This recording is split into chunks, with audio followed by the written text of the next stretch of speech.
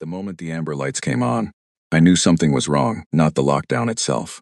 Lockdowns happened at Valdres Interstellar Military Academy at least twice a month. A cadet from the outer systems would get into a pressure argument in the mess hall, or some third year would accidentally discharge a training weapon in the wrong corridor, and the whole wing would go into controlled hold. It was routine, bureaucratic even. Most cadets treated it like an extended break, a reason to sit on their bunks and complain about the food. But this one was different. I could feel it before I understood why. I was in Training Bay 7, Sublevel 3, deep in the Academy's underbelly where the gravity simulators ran all night on low power and the walls hummed with the kind of mechanical breathing that told you the building was alive and completely indifferent to you. I had been down there for 2 hours already. My bunk was on level 4, in the human quarter, which everyone called the fishbowl because the corridors were narrower and the ceilings were slightly lower. And we were always being watched with curiosity. We had long stopped finding flattering. I had left after dinner with a single towel, my practice kit, and the honest admission to myself that if I did not get in 2 more hours of flight response simulation before the Week 3 assessment, I was going to fail it. I was the only human in Sector 9 that night, probably the only human within 3 floors in any direction. My name is Yara Osei. I am 22 years old, 168 centimeters tall, and at the time of this story I weighed 61 kilograms, most of which was concentrated in stubbornness. I am third-generation Speyside. My grandmother was born in Accra and died somewhere in the asteroid belt between Jupiter and Mars, doing survey work for a mining consortium that no longer exists. My father builds water recycling systems for colony ships. My mother was a field medic with the early human diplomatic corps, which means she spent the first 14 years of my life in rooms where she was almost always the smallest person present and almost always the most dangerous. I grew up watching her move through those rooms. I learned a lot from watching her. There were 57 human cadets at Valdres. In a student body of 11,000, we were a statistical rounding error. Most of the other species had centuries of space travel behind them. The Keth had been operating interstellar academies when humans were still debating whether the Earth was round. The Favari had diplomatic treaties with 40 civilizations before we discovered fire. We were the new ones, the loud ones. The strange ones who cried at things that did not warrant tears and laughed at things that were not supposed to be funny, and formed emotional attachments to pieces of machinery with baffling speed and consistency. We were also, in the quiet opinion of most of the faculty, somewhat difficult to predict. They did not mean it as a compliment. I was running a Sector 4 pressure drill on the gravity simulator when the amber lights pulsed. The room's automated announcement system spoke in standard galactic common, then in the 3 secondary languages of whichever species had the most cadets in that wing on that day. It told me there was a contained incident in the east section of Level 6. It told me to remain in place and wait for the all-clear.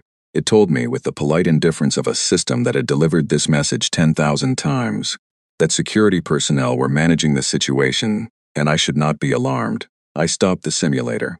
I stood in the sudden quiet and listened to the hum of the building around me.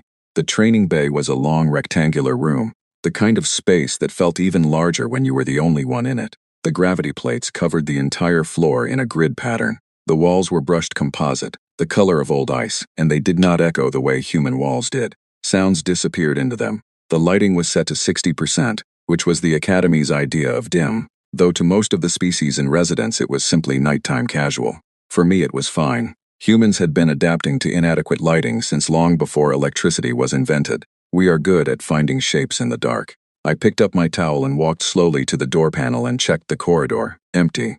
The sub-level corridors were always quieter than the main floors. There were no residential quarters down here, no classrooms, just equipment bays, maintenance access tunnels, storage rooms stacked with training gear that smelled of other species' exertion. I had been coming down here for 2 months, specifically because it was empty. The simulators on the upper floors were always occupied, and the wait lists were long, and someone always wanted to talk while you were trying to concentrate. Down here there was only the hum and the work and the quiet. The amber lights pulsed again on the corridor strip, and then held steady. I was about to turn back inside when I heard a sound from the connecting tunnel to my left. Not loud, not dramatic. Just the specific quality of sound that a large group of individuals makes when they are trying very deliberately not to make sound. A careful, coordinated silence that has weight to it. I have spent a lot of time around groups of people who did not want to be heard. You develop a sensitivity. I did not run. Running signals panic, and panic signals opportunity to whatever is watching you. Instead, I turned slowly and faced the tunnel entrance and waited, because whatever was coming was already here and pretending otherwise would not change that. Voraxil came through the tunnel first. He was tall, even for a Keth. The Keth are a six-limbed species, bilaterally symmetrical on the vertical axis, with dense layered musculature and body temperatures that run cold enough that standing near one in a warm room makes the air between you shimmer slightly, the way heat haze works in reverse. Voraxil had 4 of his 6 limbs on the ground and 2 held in a loose forward position, which in Keth body language is neither aggressive nor casual. It sits precisely in the space between them, which is the space they occupy when they have already made a decision and are waiting for the geometry of the situation to catch up. He was in his 4th year. He was large, even by the standards of his own species, and he had been angry at me for 3 weeks. The reason was simple, and I was not sorry about it. 6 weeks before this night, during the second quarter simulation assessments, I had noticed that my flight response scores were dropping in a pattern that did not match my actual performance. The drops were small enough to look like normal variation to anyone who was not paying close attention. But I was paying close attention, because I always paid close attention, because that is what my mother raised me to do. I checked the access logs on my sim pod and found that someone with 4th-year credentials had been in the system and made minor adjustments to the scoring parameters on my personal profile. Not enough to fail me, just enough to keep me just below the line that would qualify me for the advanced track. I filed a conduct report. I named Voraxil. I submitted the access logs. The Academy's response had been, in my honest assessment, deeply inadequate. Voraxil had received a formal note in his file. That was the entirety of the consequence, a note, in a file that would be reviewed once a year by an administrator who had 800 other files to review. But Voraxil had noticed that I filed the report and he had not forgotten. He came through the tunnel and he stopped about 6 meters from me, and he looked at me with the flat black eyes that Keth have. Eyes that do not reflect light the way human eyes do. Eyes that simply absorb it, and he smiled. Keth smiles involve 4 rows of very small, very even teeth. It is, objectively, an unnerving thing to look at if you are not used to it. I was used to it. I had spent 2 semesters studying Keth facial expressions for my xenobiology elective. 7 more cadets filed in behind him. I counted them as they came through. 2 shoulder, identifiable by their height and the faint bioluminescent stripe along their jaw that pulses faster when their adrenaline equivalent is elevated. 3 Aresi, shorter, darker-skinned, moving in the close cluster that Aresi maintain when they are preparing for confrontation. And 2 more I placed as a Drevathi and a Malern, both upper year, both with the body language of people who had agreed to something and were now slightly less certain they should have. 8 in total, all upper year, all from species that had one thing in common, which was that none of them had filed anything in their file for doing something to a human cadet, because nothing in their file had ever been filed for that. Voraxil let the silence sit for a moment. He was enjoying it. I recognized the enjoyment because I had seen it before, on different faces, in different corridors.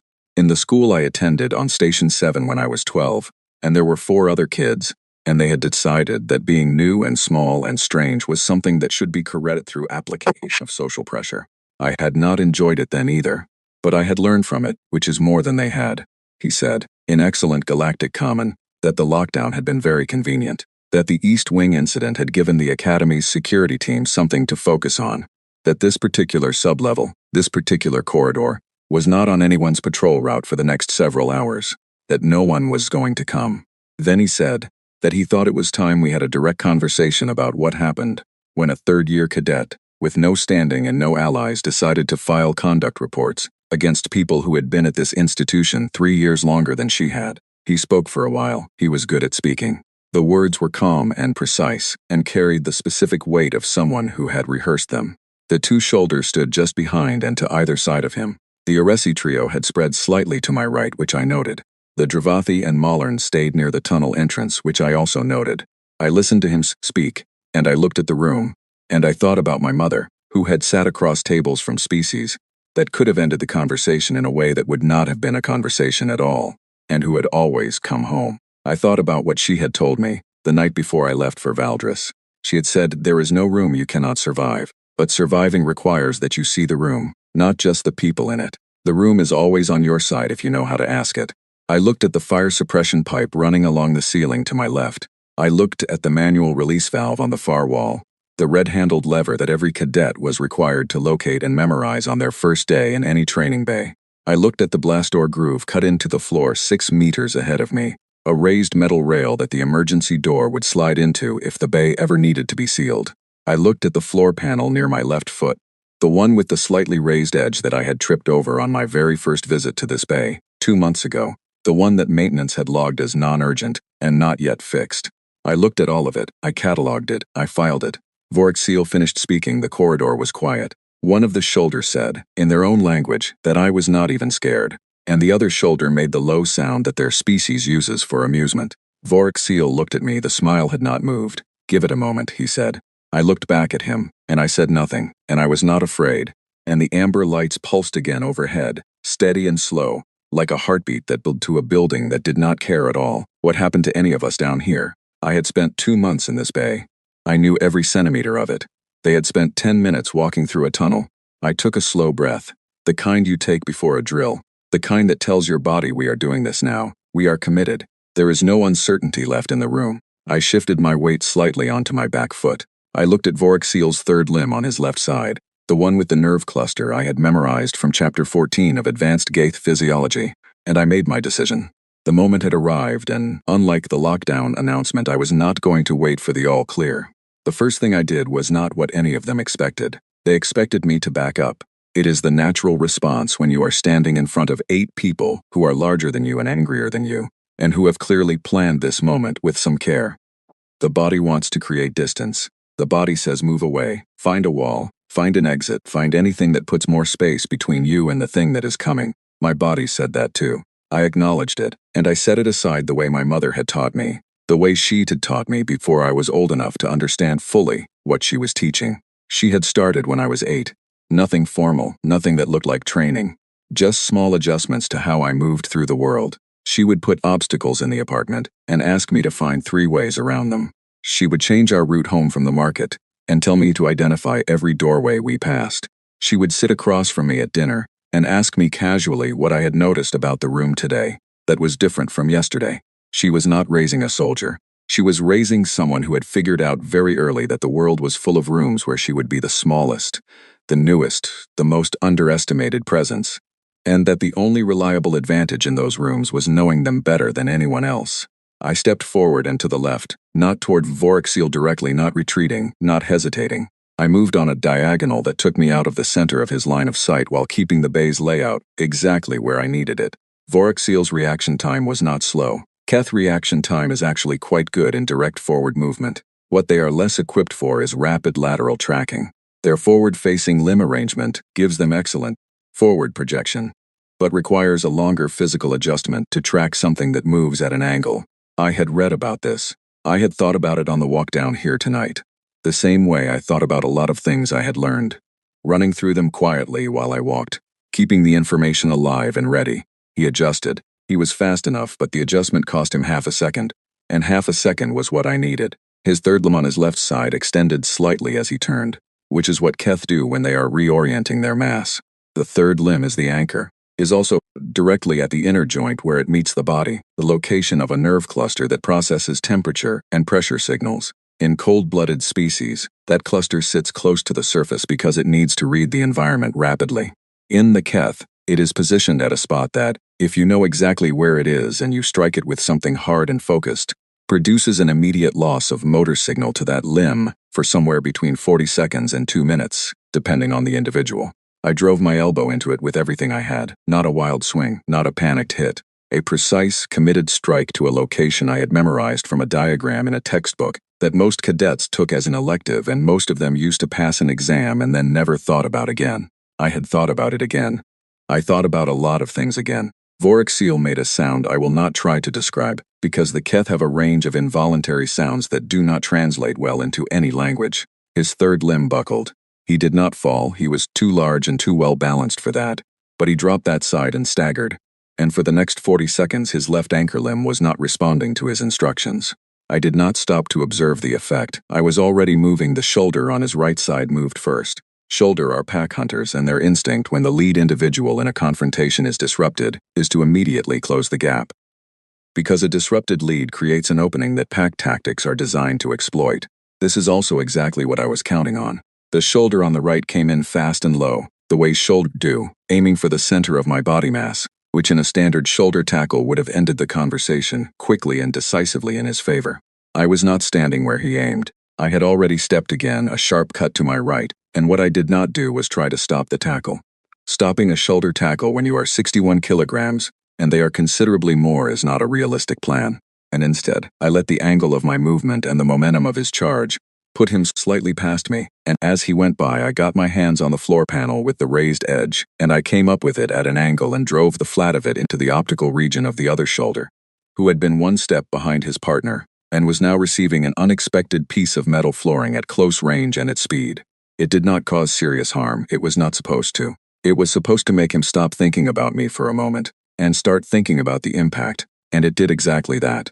He recoiled, hands going to his face, bioluminescent stripe flaring bright, and for about 3 seconds he was focused entirely on his own situation rather than mine. 3 seconds is a long time when you know what to do with them. The first shoulder had gone past me, and was turning, and I was already at the far wall, already reaching for the fire suppression valve. The red-handled lever. Every cadet memorizes it on day one. Very few cadets spend time thinking about what it actually does, specifically what happens to the air and floor of a training bay when it releases, specifically how that outcome interacts with the physiology of the species currently present in the room. I had spent time thinking about it. The manual release floods the bay with pressurized water coolant. It is designed to suppress heat-based fires, which means the coolant is stored at approximately 2 degrees Celsius. The system releases it in a pressurized horizontal spray from the ceiling-level pipes, covering the entire floor area in roughly 4 seconds. It is extremely effective at suppressing fires. It is also extremely effective at producing a sudden, significant temperature drop in an enclosed space. 2 degrees Celsius for a human, unpleasant, cold, disorienting, the kind of shock that makes you gasp and catch your breath but does not stop you from functioning. For Keth, who are cold-blooded and whose body temperature sits naturally below 10 degrees Celsius, 2 degrees is simply cool. Vorik Seal would feel it and be fine.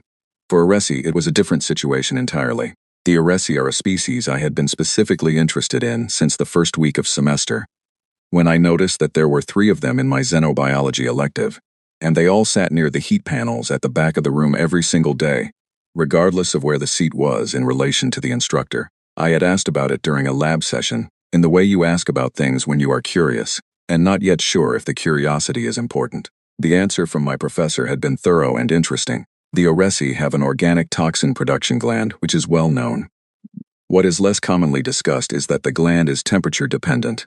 Below a certain threshold, the gland contracts. When it contracts, the production cycle stops, and any active charge in the gland is neutralized. The Aresi, in below-threshold conditions, are effectively non-toxic and acutely uncomfortable. The professor had mentioned a threshold temperature, which I had written in my notes. The coolant temperature was just below that threshold.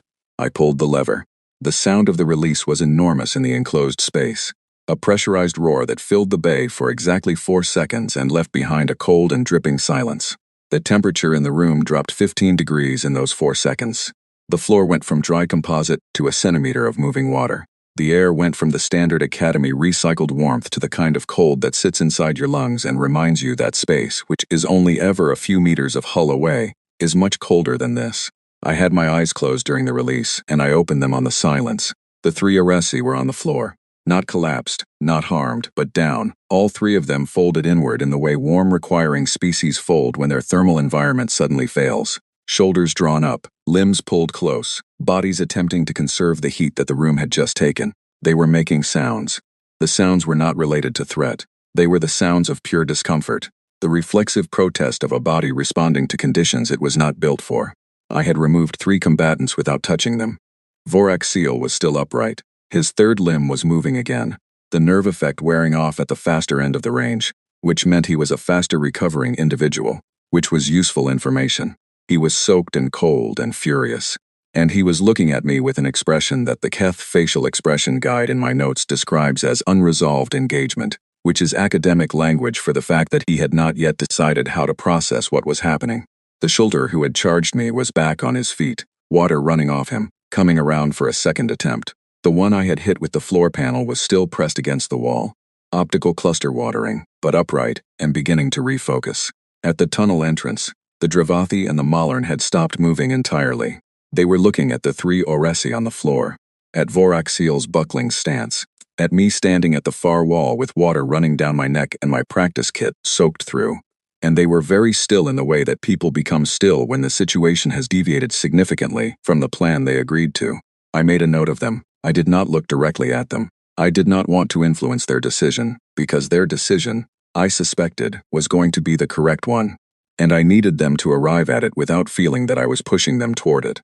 I needed to focus on the shoulder, because the shoulder were not yet done. Shoulder pack tactics depend on coordination and line of sight. When both members of a two-person shoulder pair can see each other and can see the target, they work in a coordinated rhythm that is genuinely difficult to interrupt. The strike patterns alternate, the angles are calculated in real time, and the effect is something close to the way two people who have trained together for years move through a space, which is to say fluidly, and with a kind of shared intelligence that individual fighters rarely achieve. When the two members of a shoulder pair cannot see each other clearly, or when their rhythm has been broken, the coordination degrades. It does not vanish, because shoulder have excellent spatial awareness and a degree of instinctive pack communication that does not require visual contact. But it becomes less fluid, more sequential, and the gaps between movements widen. I had broken their rhythm once. I needed to keep it broken. The first shoulder came in again. This time he was more controlled, more cautious. The first charge had taught him something. He approached at an angle, leaving space for his partner to come in from a different direction. It was a good adaptation. It would have been very effective against most opponents. The floor was wet. This was relevant for both of us, but I had known it was going to be wet, and he had not. I watched his approach, and I watched the position of his partner, and I counted the seconds between their movements, because pack fighters have a rhythm, even when they are trying not to, and the rhythm always tells you when the gap is coming. The gap came. I moved into it, not toward the charging shoulder, but into the space between them, the dead angle, where neither one had a clear approach without risking the other. And I got low and I used the wet floor in a way that required me to drop a shoulder and slide, which was ungraceful and effective in precisely equal measure, and as I came through the space I caught the near shoulder's forward leg at the knee joint from the inside, redirecting his momentum sharply sideways. And he went down on the wet floor with a sound that was mostly surprised and not particularly quiet. His partner adjusted instantly, pivoting, moving toward where I was going to be if I continued in the direction I had been moving, which I did not. I used the slide's remaining momentum to bring me to a stop against the near wall, changed direction sharply, and came back across the bay at an angle that put the downed shoulder between me and the standing one, which forced the standing one to go around, which gave me the seconds I needed. Voraxiel was coming now. His third limb was operational. He was fully upright, and he was moving with the deliberate, controlled advance of someone who has decided that the careful approach was the correct one, which meant he had been watching, which meant he had learned something, which meant he was more dangerous now than he had been at the start. He was also twice my mass, and the nerve strike worked once, and he knew to protect that limb now. I had about 2 seconds to make a decision. I looked at him. I looked at the blast door groove in the floor, the raised metal rail, dark and wet and catching the amber light in a thin, bright line. I knew what I was going to do, and I did not like it, because it was going to hurt, and I was going to have to not react to the hurting. And that is always the hardest part. Not the hurt itself, but the discipline to keep moving inside it. I stayed exactly where I was and I let him come. This requires explanation. Not because it was brave, but because it was calculated. Voraxiel in a full advance along a straight line was going to reach me regardless of what I did, unless I ran for the tunnel which would put my back to him and put me in a narrow space with poor footing, while being pursued by someone faster and heavier. The tunnel was not a good option. The bay was the option. The bay, which I knew, with its groove in the floor and its wet surface and its very specific geometry, was the option. I let him come and I braced. I took the impact of his lead limbs on my upper body, which was precisely as unpleasant as I expected, and I did not let it move me the way he wanted it to move me. Instead, at the moment of contact, I shifted my weight, drove my feet against the floor through the water, and changed the direction of his momentum from straight through me to sideways, adding my own push to his forward energy, and redirecting the combined force toward the blast door groove. His lower jaw plate, which on Keth is a prominent and rigid structure that runs along the front lower section of the face and serves several important biological functions, including as a resonating chamber for communication, connected with the raised metal rail with significant force. He went down not gracefully, loudly, wetly, completely. The sound he made was involuntary, and the silence after it was the loudest silence I had heard in a very long time. I stood in the middle of the flooded training bay, breathing in sharp pulls, Ribs telling me in clear and specific terms that something in there was not happy. Water dripping from every part of me, and I looked at the room. 3 Oresi on the floor, conserving heat, no longer a factor in any practical sense. Vorak seal down, jaw plate cracked, very still but breathing. One shoulder on the floor at the far wall, just beginning to push himself upright. One shoulder standing very still about 4 meters from me. At the tunnel entrance, the Dravathi and the Malarn were no longer there. I had not seen them leave. I had not heard them leave over the noise of the confrontation. But the tunnel entrance was empty, which meant they had made their decision. And the decision was the one I had hoped for. I looked at the standing shoulder, he looked at me. His bioluminescent stripe was pulsing very fast, which in shoulder physiology indicates elevated stress response. He was breathing hard. He was looking at the Oresi, at Vorak's seal, at his partner on the floor, and then back at me. I said nothing. I simply waited. His partner reached the wall and used it to get upright. The two shoulder looked at each other with the rapid, small eye movements that serve as their close-range communication. It lasted about 4 seconds. Then the one who had been standing helped the other toward the tunnel entrance. And they went through without a word. That left Vorak seal he was on his feet again. I had not seen him get up, which told me I needed to be more careful about tracking him specifically. Because a Keth getting upright from a hard fall in 4 seconds while bleeding from a jaw injury is a Keth who has considerably more physical resilience than average. He was standing at an angle. His jaw plate was cracked through the lower throat section, leaking the deep teal color that is a Keth's version of what blood does when it has nowhere else to go. He was not charging. He was looking at me with those flat, light-absorbing eyes, and for the first time since he had walked through that tunnel, the smile was completely gone. "You're one cadet," he said. His voice was different, flatter. The performance had left it entirely. "Yes," I said. "And you had 8. He stood there for a moment longer. I do not know what he was thinking. I am not certain the thought process was something that translated into anything I would have recognized. Then he turned and walked carefully toward the tunnel, and he went through it, and I was alone in the flooded training bay with 3 Oresi who were beginning very slowly to recover their composure, and the sound of water draining into the floor grates, and the steady amber pulse of the lockdown lights overhead. I stood there and I breathed. My ribs were injured. My forearms, where the coolant had hit the skin directly, were beginning to ache with the particular burning cold that is its own category of unpleasant. My lip was split somewhere in the contact with Vorkaseal's advance, and I could taste the metallic warmth of it. But I was standing. I was standing in a room that 8 people had walked into, intending to leave me incapable of filing any more reports about anything, and I was the only one standing in it now. And the amber lights were still going, and somewhere in the East Wing the security team was managing a contained incident that had nothing to do with this room, and no one was coming. They had been right about that. No one had come. They had just been wrong about what it would mean. I picked up my practice kit from the floor, where the coolant flood had knocked it off the equipment bench. I wrung out my towel. I looked at the 3 Oresi who were pulling themselves upright now. Thermal comfort returning slowly, looking at me with expressions I did not have a reference for. I nodded at them, not an apology, just an acknowledgement. They had been part of something that had gone wrong, and they were going to have to carry that. And the least I could do was look at them honestly. Then I walked to the doorway, and I stopped. I went back to the wall. I found the fire suppression valve and I turned it to the closed position, shutting off the remaining trickle from the pipes overhead. I had turned it on. I would turn it off, then I walked out. The medical bay was on level 2, which meant taking the central lift from sub-level 3, which meant standing in a metal box that smelled of recycled air while water ran off every piece of clothing I had and pooled quietly on the floor. The lift operated without comment, which is one of the better qualities of automated systems. It did not ask me what had happened or how I felt or whether I needed to sit down. I did not need to sit down. Sitting down felt like surrendering to the situation in some way I was not prepared to accept yet. Nim was in the corridor outside the medical bay. I had not contacted her. I had not contacted anyone. But Nim was Faveri. And the Faveri have a relationship with information systems that is difficult to describe to anyone who did not grow up with them. Nim had been my roommate since the first week of the semester, and in that time I had come to understand that she was not monitoring things exactly. She was simply always aware of them. The Academy's internal comm logs, the sector status boards, the movement indicators on sub-level equipment, the tiny digital signatures that a large group of people moving through a sealed corridor will leave in the building's own nervous system. She was aware of all of it simultaneously, the way some people are aware of weather changes through their joints. It did not require effort. It was simply how she received the world. She saw me come out of the lift. She looked at me for 2 full seconds, which for Nim was an unusually long and communicative silence. Then she fell into step beside me without saying anything, which was exactly what I needed. We walked into the medical bay together.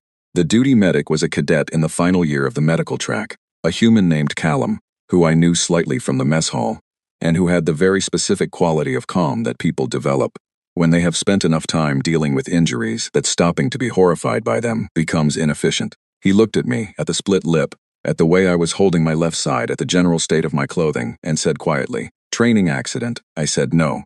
He did not push it. He started running the diagnostic wand over my ribs. "Two fractured," he said after a moment. "One cracked. Nothing displaced. You'll need the bone knit wrap and 48 hours of reduced activity." "Understood," I said. "The forearms are cold burns, superficial. I'll treat them now. Thank you." Nim sat in the chair by the window and said nothing. She was very still. Nim in motion was ordinary. Nim completely still was Nim in the process of doing something substantial with information. Callum, I sat on the examination table and let him work, and I made my own record. I did not wait until after the treatment. I did not wait until I was more comfortable or better rested, or had had time to think about how I wanted to present things. I opened the personal log on my wrist unit, and I started speaking quietly and specifically, while the events were still inside me, the way experiences are when they have just happened, when every detail is still running in real time, rather than the smoothed and edited version that memory produces later. I recorded the time I had arrived in Training Bay 7. I recorded the time the lockdown lights came on. I recorded the time Vorik Seal and the others came through the connecting tunnel. I named each of them by name, species, and year. I described what was said and in what order, as precisely as I could recall. I described the sequence of what had followed. I was not dramatic about it. I was not emotional about it. I was specific and accurate, and I did not editorialize. I was making something that could be used. That was the only relevant question in that moment. When Callum finished the bone knit wrap, he helped me into a dry medical issue top from the bay's supply cabinet and treated the forearm burns with a cold binding gel that would eliminate most of the discomfort within a few hours. He recorded the injuries in the Academy medical log, which was a standard procedure. I asked him to note the time and cause field as pending conduct inquiry rather than accidental or training related. He looked at me for a moment, then he filled it in exactly as I had asked. Nim, from her chair by the window, said, "I have something for you." She said it the way Nim said most things, quietly and precisely, with the particular feathery quality of never saying more words than the sentence required. She came over and transferred a data packet to my wrist unit. I opened it. It was a complete record of the Sector 9 Sublevel 3 comm signature data for the past 3 hours. It showed the normal background traffic of an empty corridor.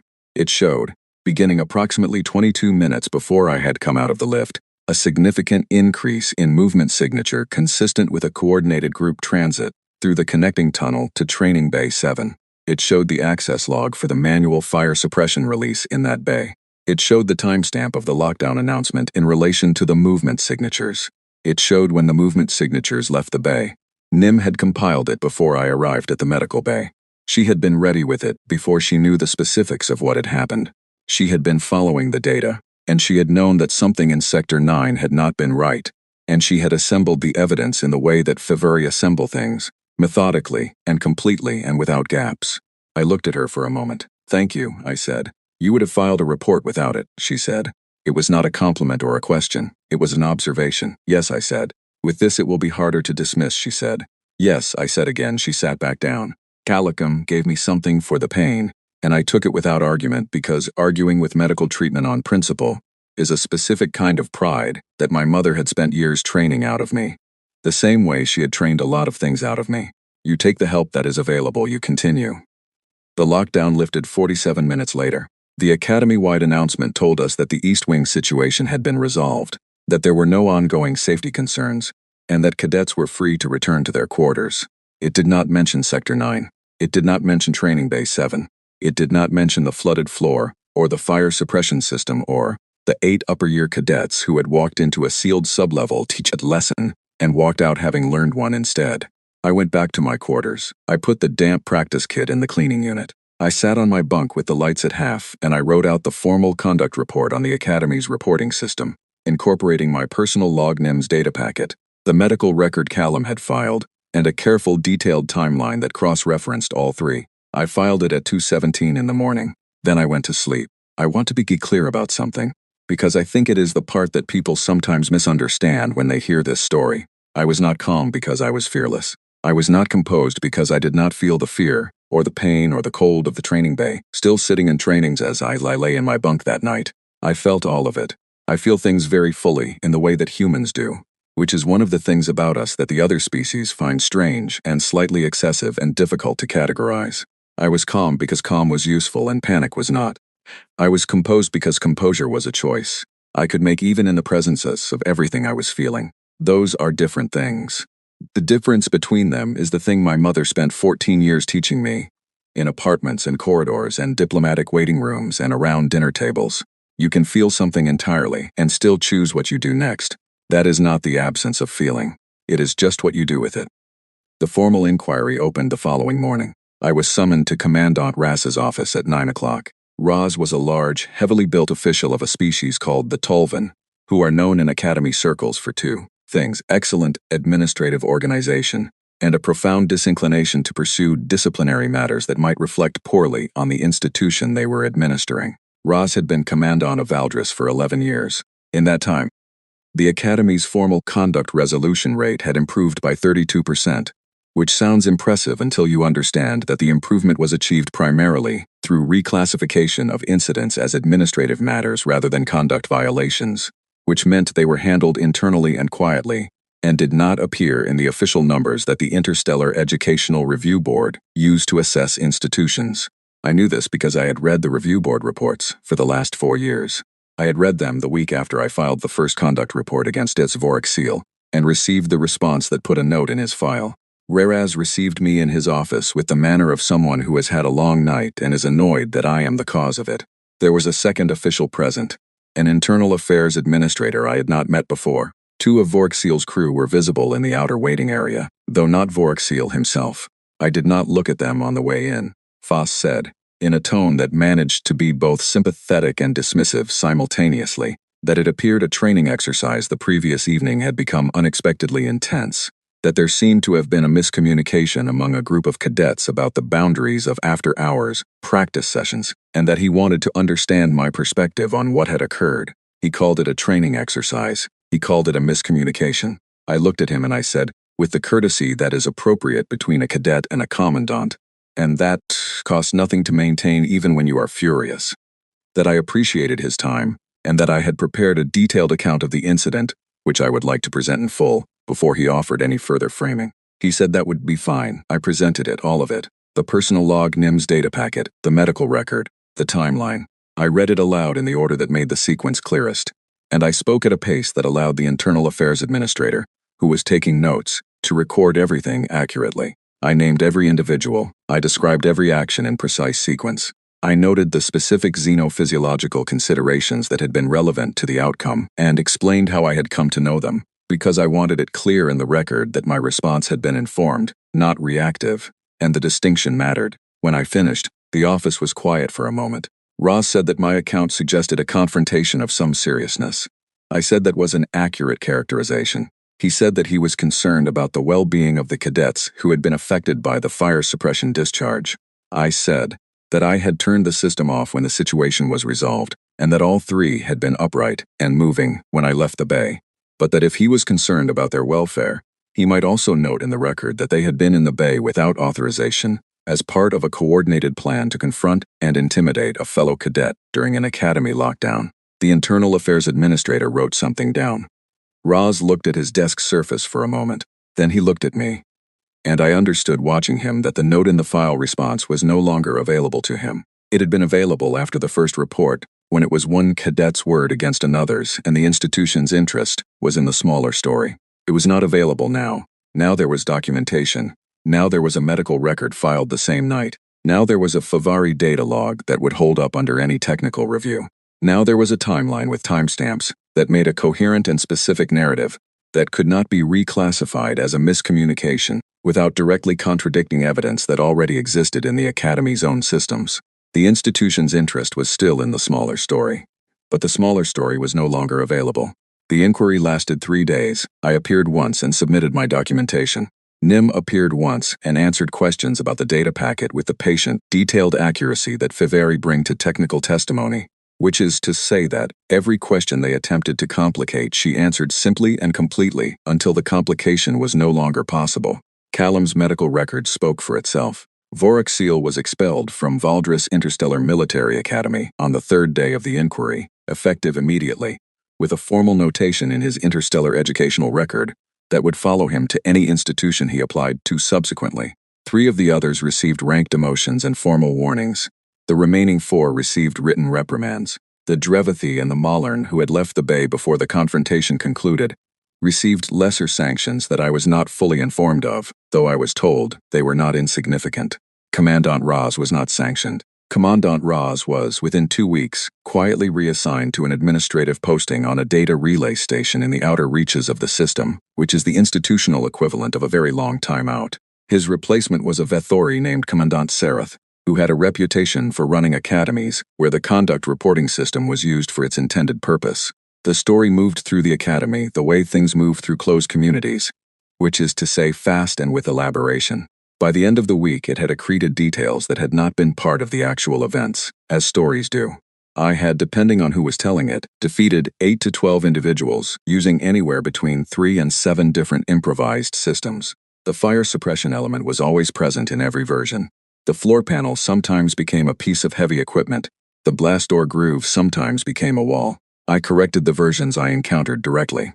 The accurate version was interesting enough that it did not need improvement. What changed after that week was harder to articulate but more significant than any of the specific outcomes of the inquiry. Other cadets began to come to me. Not just humans, though there were humans. Cadets from species that were underrepresented at the academy, or newly arrived, or in situations where the institution's interest and their own interest were not aligned, and they did not know how to navigate that gap. They came quietly, usually individually, usually with small things at first. I listened. I helped them understand the documentation process. I helped them understand their rights under the Academy's own charter. I explained, as many times as it took, that a conduct report properly filed with proper supporting evidence was not something an institution could easily reclassify as a miscommunication. I am not describing this to suggest that I fixed anything large or structural. I did not. The Academy had been operating in a particular way for a long time, and one inquiry does not restructure an institution. But small things matter. A cadet who knows how to document an incident is different from a cadet who does not. A record that exists cannot be unmade. Evidence that is created in the moment, before anyone has had time to decide on a preferred version, is a different thing from a memory argued about later. These are things my mother knew. They are things she passed to me the same way she passed everything useful. Not as lessons with formal structure, but as ways of moving through the world that I absorbed, through years of watching her move through it. I finished the semester with the highest flight response simulation scores in my cohort. The advanced track accepted me in the 3rd week of the following term. Callum's bone knit treatment worked efficiently, and the ribs gave me no further trouble. Nim and I remained roommates for the rest of our time at Valdris. She continued to be aware of things simultaneously in the way she always was, and I continued to find it one of the most useful qualities in anyone I had ever known. The Training Bay 7 floor panel was repaired by maintenance 3 weeks after the incident. I noted the repair with something close to fondness, the way you feel about something that served exactly the purpose it was needed for and can now be allowed to retire. The amber lockdown lights in the sublevels still look the same as they did that night. I see them occasionally when I am down there after hours, running drills on the simulators in the quiet, the way I always have. They do not bother me.